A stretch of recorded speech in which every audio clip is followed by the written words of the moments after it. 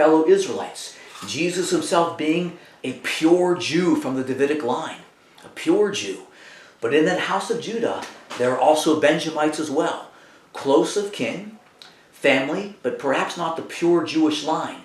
But then we have other tribes that now have gone in various parts of the world.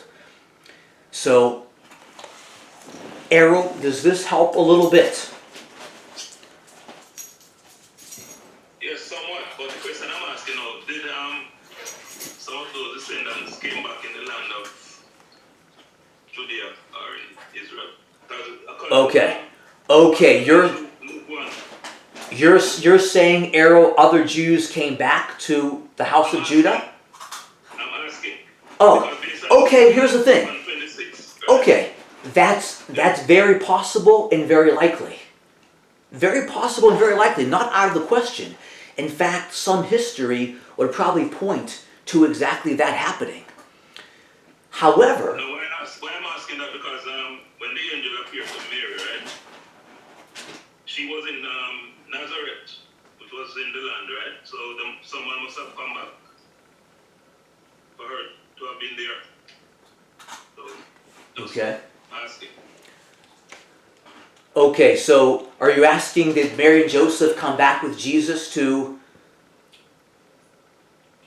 where they were from originally? Of Zedekiah's daughter or whoever must have come back in the land for the angel to appear to Mary in Nazareth.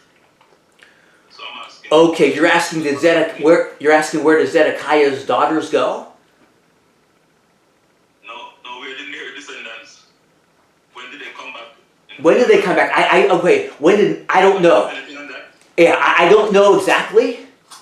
I don't know exactly when. So, and you're referring to Mary herself, right?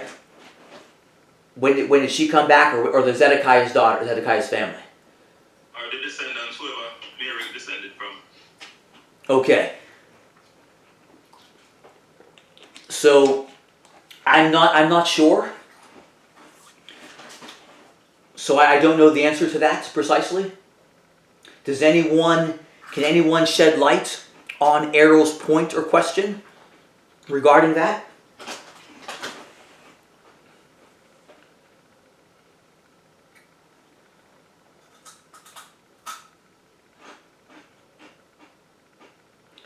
Let me propose something else here too. And we can maybe think about that, use over it a little bit more. So maybe my response didn't help 100%, but maybe it shed some light, perhaps, on the question. I think you said it might help a little bit, but not entirely. But I don't know if I can fully answer what you just asked, though. But something else that came up too that I do want to transition to as well. And if something else comes up, we can also share more later, of course. But Steve had asked another question too, as I recall, in the last presentation regarding the house of Judah and the house of Israel. And Steve asked a question about, and it was a very interesting one, as far as considering these other Israelites. Something about, don't we think of them, and I'm not sure if these are the exact words, and Steve can correct me on this. Something about, don't we think of them as Gentiles?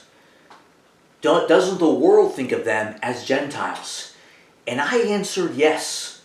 Primarily, for the most part, if we've lost the history, if someone has lost their roots, for example, in this example, Israelites, they will be thought of as Gentiles. But why? What is the main reason why? There's a reason.